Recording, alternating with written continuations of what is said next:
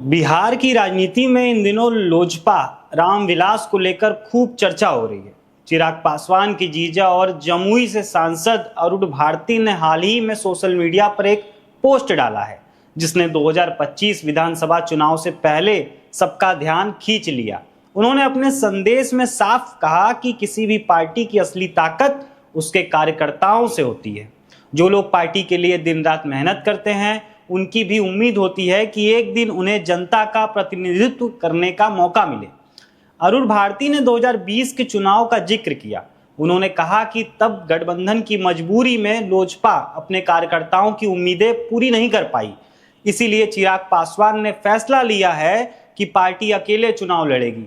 उनका कहना है कि यह सिर्फ राजनीति नहीं थी, बल्कि कार्यकर्ताओं की मेहनत और भावनाओं का सम्मान था। उन्होंने यह भी याद दिलाया कि भले ही उस चुनाव में पार्टी सिर्फ एक सीट जीत पाई, लेकिन 137 सीटों पर लड़कर करीब 6% वोट हासिल किए। उनका मानना है कि अगर पार्टी सभी 243 सीटों पर उतरती तो वोट प्रतिशत 10% से भी ऊपर जा सकता था। यानी जनता ने लोजपा पर भरोसा दिखाया था और यह सबूत है कि पार्टी अकेले भी दमदार तरीके से चुनाव लड़ सकती है।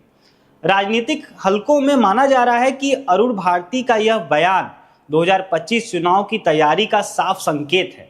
इससे लग रहा है कि पार्टी इस बार भी अकेले चुनाव लड़ने का मन बना सकती है, या फिर सीट बंटवारे के वक्त ज्यादा हिस्सेदारी लेने के लिए दबाव की रणनीति अपना सकती है। 2020 में भी लोजपा ने एनडीए का हिस्सा रहते हुए अकेले 137 सीटों पर चुनाव लड़ा था। उसका वोट शेयर 5.66% आया था, जिसने कई जगह एनडीए को नुकसान भी पहुंचाया। अब 2025 में पार्टी पहले से ज्यादा आत्मविश्वास में है। चिराग पासवान खुद कई बार कह चुके हैं कि उन्हें एनडीए में सम्मानजनक हिस्सेदारी चाहिए। वे विधानसभा चुनाव में कम से कम 40 सीटों की मांग कर रहे हैं। लोकसभा चुनाव 2025 में उनकी पार्टी ने 5 सीटों पर उम्मीदवार उतारे थे और 5 पर जीत हासिल की थी।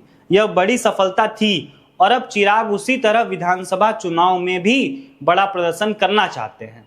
अरुण भारती का बयान इस लिहाजे से अहम है क्योंकि यह सिर्फ कार्यकर्ताओं का मनोबल बढ़ाने की बात नहीं है, बल्कि सहयोगी दलों को एक तरह का संदेश भी है कि लोजपा अब किसी भी हाल में पीछे हटने वाला नहीं है।